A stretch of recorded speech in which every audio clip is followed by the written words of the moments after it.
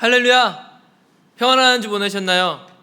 2021년 2월 21일 주일입니다. 오늘도 온라인을 통해 함께 예배드리는 모든 분들 가운데 성령이 주시는 참된 자유와 또 평화가 가득 넘치시기를 예수님의 이름으로 축복합니다. 코로나 방역 차원으로 인해서 2월 한 달 동안은 온라인으로 예배를 드리게 되었는데요. 어느 곳에 있든 여러분이 계신 그 자리에서 예배를 통해 마음가운데 있는 모든 두려움들을 극복해내는 그런 한 주가 되시기를 예수님의 이름으로 축복합니다. 오늘 함께 보실 본문은 누가복음 14장 25절에서 35절까지인데요. 저는 오늘 이 본문을 가지고 무리입니까? 제자입니까? 라는 제목으로 말씀의 은혜를 나누려고 합니다. 후안 카를로스 오르티즈 목사님이 쓰신 제자입니까? 라는 책이 있는데요. 그 책 서문을 보시면 목사님이 겪으신 경험담이 하나 나옵니다. 이 시간 먼저 그것을 읽어드린 이후에 말씀을 이어가도록 하겠습니다. 하루는 성령께서 나를 깨뜨리기 시작하셨다. 그분은 내게 이렇게 말씀하셨다. 너는 자라나고 있지 않다. 네가 교인 수를 200명에서 600명으로 늘렸다고 해서 잘하고 있다고 생각하는 모양인데 그것은 잘하는 것이 아니라 살이 쪄가는 것이다. 여러분은 이 이야기를 들으시고 어떤 생각이 드셨나요? 저는 이 글을 통해서 성장하는 믿음이란 무엇일까라는 질문을 제 스스로에게 던져보았습니다. 한번 생각해 보세요. 단순히 외적으로 우리가 잘하는 모습들이 보여진다고 해서 그것이 진짜 성장이라고 우리가 자부할 수 있을까요? 그렇지 않습니다. 외적인 성장이 꼭 내적인 어떤 영적인 성장의 증거가 되지는 않아요. 오히려 그것은요, 스스로 성장하고 있다라는 착각에 빠뜨릴 수 있는 그런 위험한 함정일 수도 있습니다. 오랜 시간 우리가 교회를 다녔고 또 그 속에서 무수히 많은 예배들을 드렸어요.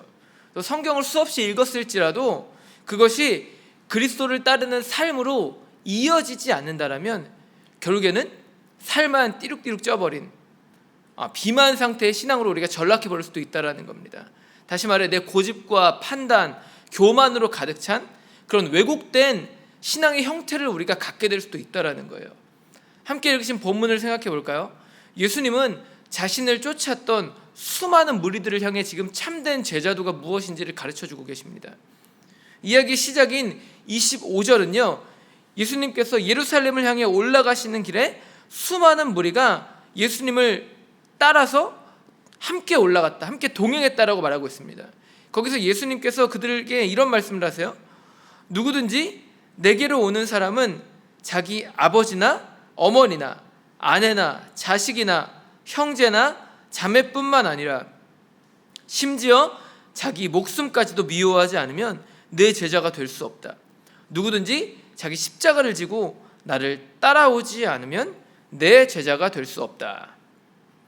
여러분, 당시 예수님께서 자신을 쫓았던 그 수많은 군중들에게 이러한 말씀을 하신 이유가 무엇이었을까요? 그것은 바로 그들의 정체성이 모호했기 때문입니다. 그들은 분명히 예수님을 쫓고 있었어요. 그러나 그들은 모두 예수님의 제자라고 부를 수는 없었습니다. 왜 그렇습니까? 그것은 그들이 참된 제자도가 무엇인지를 전혀 알지 못했기 때문이에요. 26절의 전반부를 보세요. 예수님은 오늘 제자도에 대한 말씀을 하시면서 그 말씀의 시작을 이렇게 언급하고 계십니다. 누구든지 내게로 오는 사람은. 여러분, 이것이 뜻하는 바가 무엇일까요? 누구든지 예수님께로 나오기만 하면 그는 자동적으로 제자가 된다는 말입니까? 아니요. 오히려 이것은요, 누구나 나올 수는 있지만 누구나 제자가 될 수는 없다는 말에 가까워요. 예수님이 제시하신 이 참된 제자도의 조건들을 한번 여러분 살펴보세요. 주님은 그것을 위해 우리들이 무엇을 해야 한다고 말씀하십니까? 가족들을 버려야 된다고 말씀하세요. 심지어는요, 자기 자신의 목숨까지도 버려야 한다고 말씀하십니다. 그리고는 자신에게 주어진 십자가를 지고 예수님을 따라야만 한다고 말씀하고 계세요. 여러분, 그런데 이것은요, 단순히 가족과 내 목숨을 하찮게 여기라는 그런 문자적인 의미는 아닙니다. 성경은 분명히 부모를 공경하고 형제에게 선을 베풀어야 된다고 말하고 있어요. 그렇게 이것은요 결코 가족과 자신의 생명을 등한시하라는 말은 아니에요. 오히려 이것은요 무엇을 우선순위에 둬야 할 것인가, 그것을 결정하라는 그 말에 가깝습니다. 참된 제자라면 자신이 이전에 사랑했던 것들, 소중하게 여겼던 것들, 그것들에 대한 태도를 바꾸라는 거예요. 어떻게 바꿔야 합니까? 27절은요 그것을 한 문장으로 이렇게 말하고 있습니다. 누구든지 자기 십자가를 지고 나를 따라오지 않으면 내 제자가 될 수 없다. 여러분, 여기서 말하는 십자가는 무엇일까요? 그것은요 예수님이 앞으로 걸어가실 삶의 여정을 나타내고 있습니다. 성경은요 당시 예수님께서 예루살렘을 향해 가시는 길이었다고 말하고 있어요. 그런데 그 속에 담긴 예수님의 진짜 목적은 무엇이었냐면 바로 십자가에 달려 죽으시는 것이었습니다. 다시 말해 예수님이 지금 온 인류를 구원할 막중한 사명을 품고 예루살렘을 향해 가고 계셨다라는 거예요. 그런데 당시 예수님을 쫓았던 무리들은 어떻습니까? 그들은 십자가를 향한 예수님의 여정에 동참하고 있었나요? 겉으로 볼 때는 예수님을 쫓는 것 같습니다. 그런데 실제는 아니에요. 그들이 기대한 것은요 십자가에 달려 죽으실 예수님이 전혀 아니었습니다. 그들이 기대한 것은 바로 로마를 무너뜨릴 정치적인 왕, 정치적인 혁명가, 그러한 사람을 원했습니다.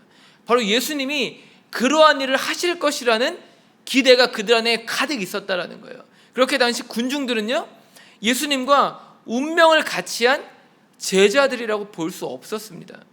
여러분, 상식적으로 한번 생각해 보세요. 스승과 같은 길을 걷지 않는 자를 제자라고 부를 수 있을까요? 스승의 가르침을 따르지 않아요. 스승이 갔던 길을 따라가지 않습니다. 여러분, 그러한 사람은 제자라고 부를 수 없어요. 제자라면 반드시 자신의 스승이 걸었던 그 길을 따라가야만 합니다. 그러나 그들 안에는 그러한 생각이 전혀 없었던 거예요. 그저 자신들의 개인적인 소원과 만족을 채우기 위해 예수님을 쫓았을 뿐이었습니다. 영적으로 볼 때 그들은 전혀 성장하지 않았어요. 아니, 성장할 의지조차 없었습니다.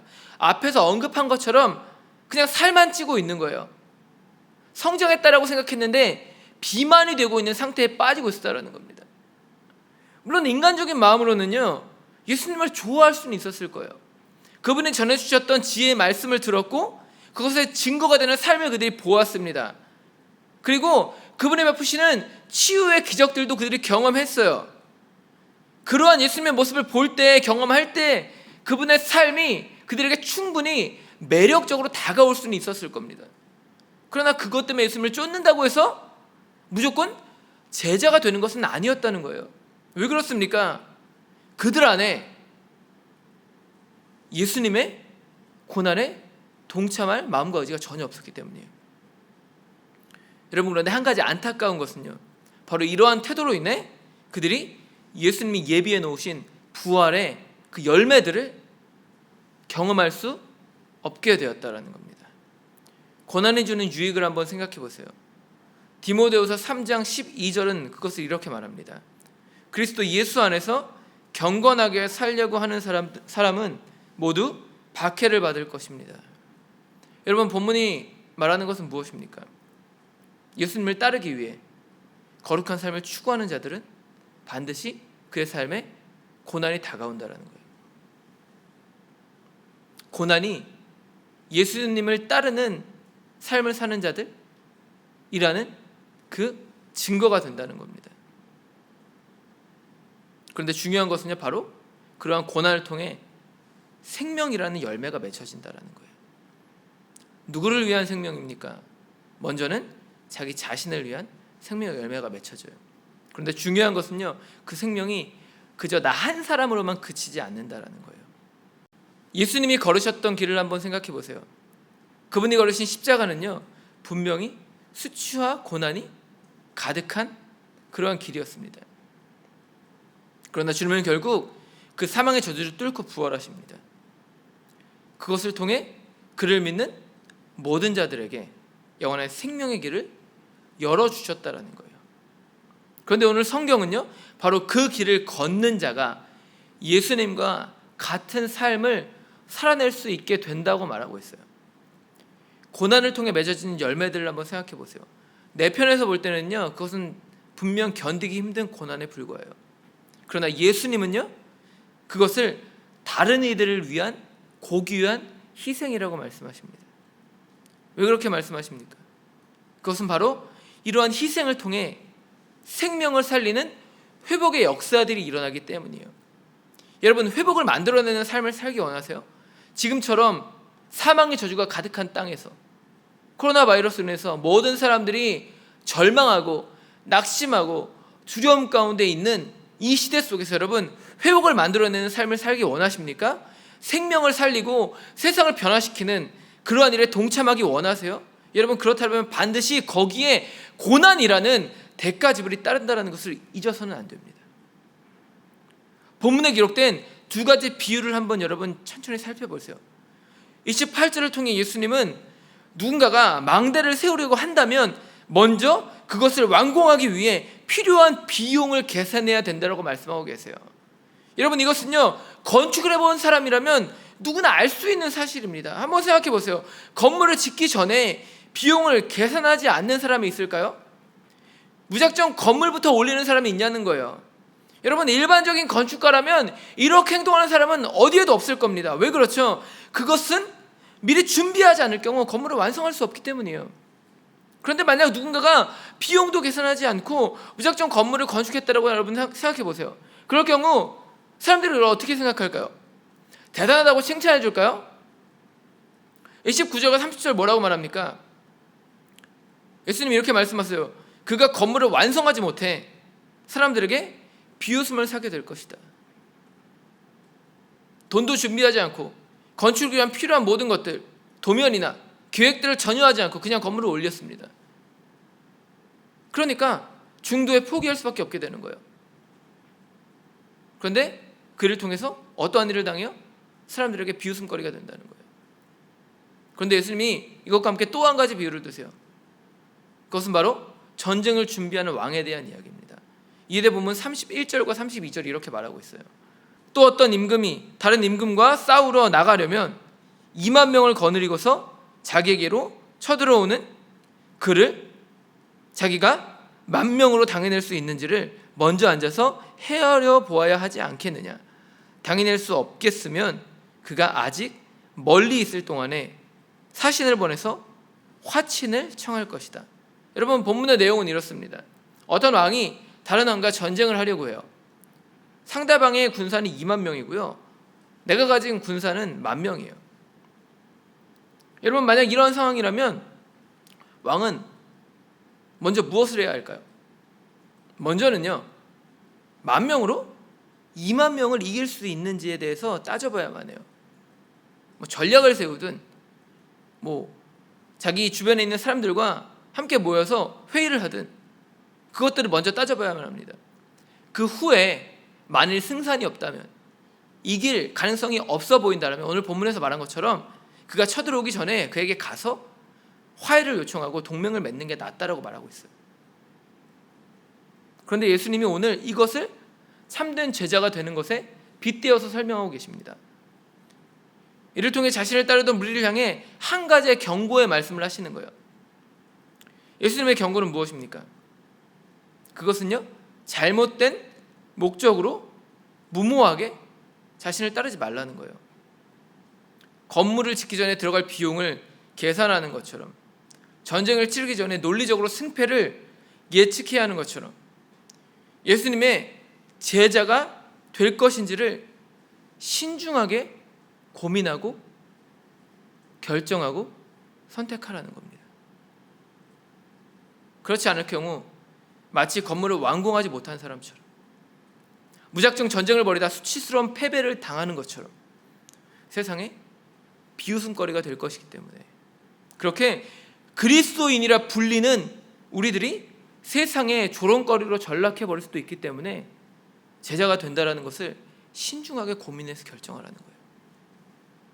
생명을 살리기 위해, 그리스도의 영광을 드러내기 위해 끝까지 십자가를 질 각오가 되어 있는지를, 그렇게 개인적인 인생을 감수하면서까지도 예수님을 따를 각오가 되어 있는지를 진지하게 고민해 보라는 겁니다. 여러분, 33절을 보세요. 예수님은 제자가 되기 위해 무엇을 해야 한다고 말씀하고 계시죠? 자기의 소유를 포기해야 한다고 말씀하고 계세요. 여러분, 소유를 버리라는 말을 한번 곰곰이 생각해 보시기 바랍니다. 이것은 진짜 내가 가진 모든 것을 다 버리라는 뜻입니까? 그냥 버리라는 건가요? 그렇지 않죠. 오히려 이것은요, 그 소유물들을 어떻게 사용해야 되는지를 가르쳐주는 말씀이라고 할 수 있어요. 왜 그렇습니까? 그것은 바로 지금 내게 주어진 것들이 하나님으로부터 받은 은혜의 선물들이기 때문이에요. 그렇게 소유를 버린다라는 것은요, 곧 하나님의 영광을 드러내는 일에 그것을 사용한다라는 뜻이라고 할 수 있어요. 예수님이 하나님께 받은 십자가를 통해 죄로 죽을 인류를 구원하셨던 것처럼 우리들 역시도 예수님이 주신 그 은혜의 선물들을 통해 죽어가는 자들을 살리는 삶을 살아야 된다는 거예요. 이게 바로 참된 제자의 삶이라는 겁니다. 여러분, 참된 제자는요, 반드시 자신에게 주어진 임무를 성실하게 수행해내야만 해요. 소금이 짠맛을 내듯이 예수님의 제자 역시도 제자로서의 맛을 내야 된다는 겁니다. 34절을 보세요. 예수님은 소금이 좋은 것이라고 말씀하고 계세요. 여기서 좋다라는 것은요, 한마디로 유용하다라는 뜻이에요. 쓸모가 있다라는 겁니다. 당시 소금의 역할을 생각해 보세요. 당시 소금은요, 음식에 맛을 낼 뿐만이 아니라 무언가를 썩지 않도록 하는 방부제 역할까지도 했습니다. 그런데 이러한 소금이 쓸모 없어질 때가 있었어요. 그게 언제인가요? 바로 짠맛을 잃어버렸을 때입니다. 본문 35절은요, 소금이 짠맛을 잃어버릴 경우 거름에도 쓸데가 없어서 밖에 내버려진다라고 말하고 있습니다. 그런데 여기에는요, 참된 제자도와 관련된 중요한 한 가지 뜻이 담겨져 있어요. 맛을 잃다라는 뜻의 헬라어 모라이노라는 이 단어를 여러분 한번 천천히 살펴보기 바랍니다. 여기에는요, 아무 맛도 없다라는 뜻도 있지만 어리석게 되다라는 뜻도 담겨져 있습니다. 그러므로 맛을 잃은 소금은요, 곧 제자도를 실천하지 않는 어리석은 자라는 뜻을 담고 있다라고 볼 수 있어요. 예수님은 이러한 소금이 결국에는 쓸데가 없어져서 밖에 내버려진다라고 말씀하고 계십니다. 그런데 문제는요, 이로 인해 멀쩡한 땅을 망칠 수도 있다라는 거예요. 사사기 9장 45절을 보세요. 본문은요, 아비멜렉이 세겜 성읍을 점령한 뒤에 그 땅에 소금을 뿌렸다라고 말하고 있어요. 여러분, 왜 하필 소금을 땅에 뿌렸을까요? 그것은 그가 그 땅을 망가뜨리고 싶었기 때문이에요. 여러분도 잘 아시는 것처럼 소금기가 가득한 땅에서는요, 식물이 자랄 수가 없어요. 적당한 양이라면 유익이 되기도 합니다. 하지만 그것이 과할 경우에는요, 땅을 망쳐버릴 수도 있어요.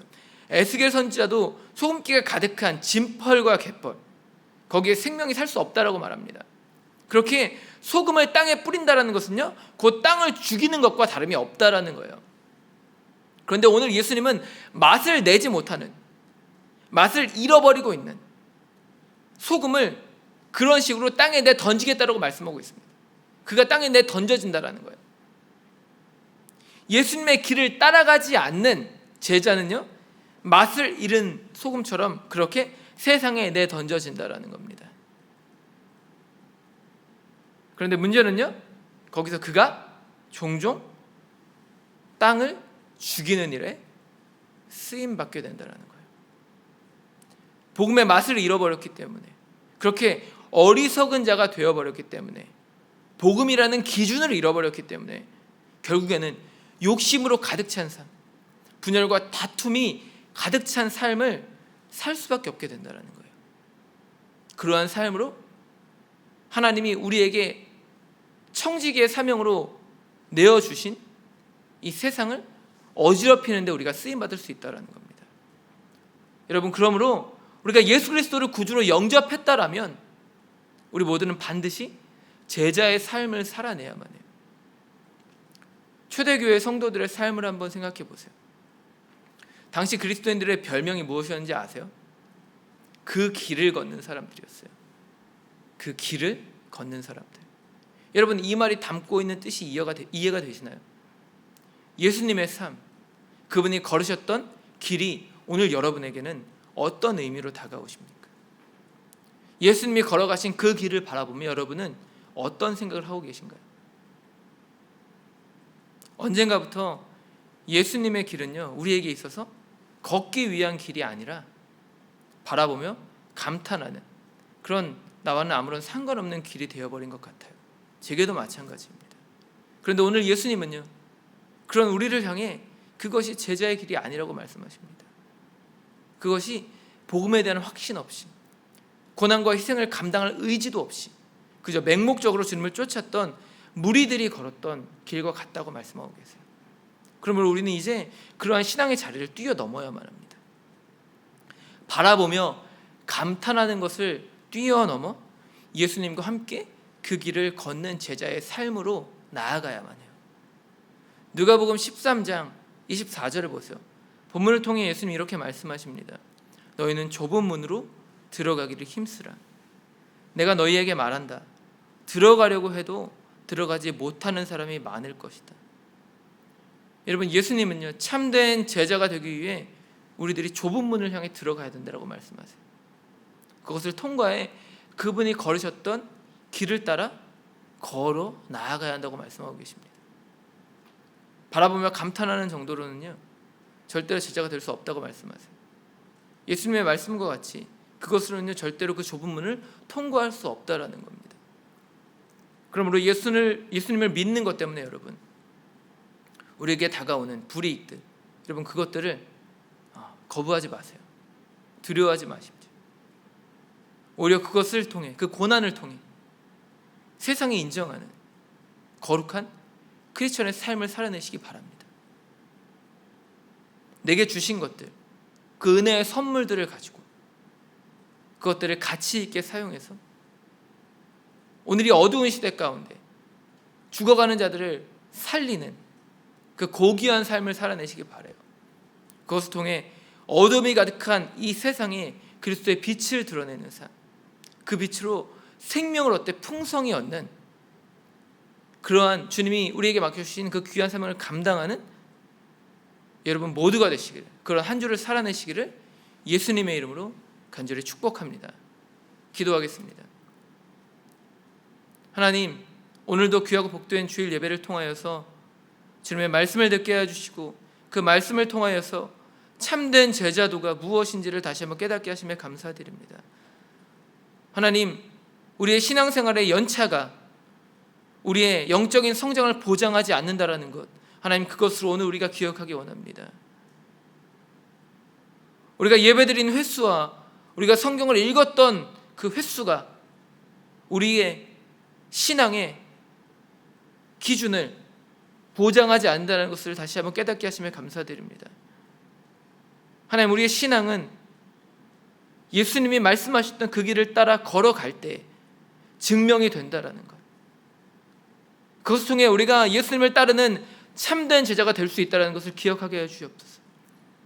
그 속에서 우리가 걸어야 할 길이 예수님이 걸으셨던 고난의 십자가의 길이라면 하나님 그 길을 우리가 거부하지 않게 해주시고 그 길을 따라 걷게 하여 주셔서 그 길을 통하여서 먼저는 내가 살아나고 또 주변에 있는 수많은 사람들을 살려낼 수 있는 그러한 거룩한 사명을 감당하는 우리 청년 세대들이 될 수 있도록 주님 우리 모두를 축복하시고 인도하여 주시옵소서. 그렇게 한 주간의 삶을 그리스도의 빛을 드러내는 삶, 짠맛을 내는 소금과 같이 그리스도의 맛을 세상 가운데 드러내는 삶을 살아내어 세상 속에서 하나님의 뜻을 이뤄내는 우리 모든 사랑하는 청년들이 될 수 있도록 그들의 삶을 붙잡으시고 인도하여 주시옵소서.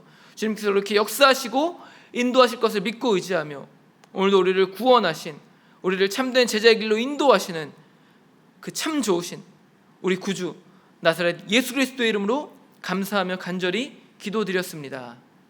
아멘.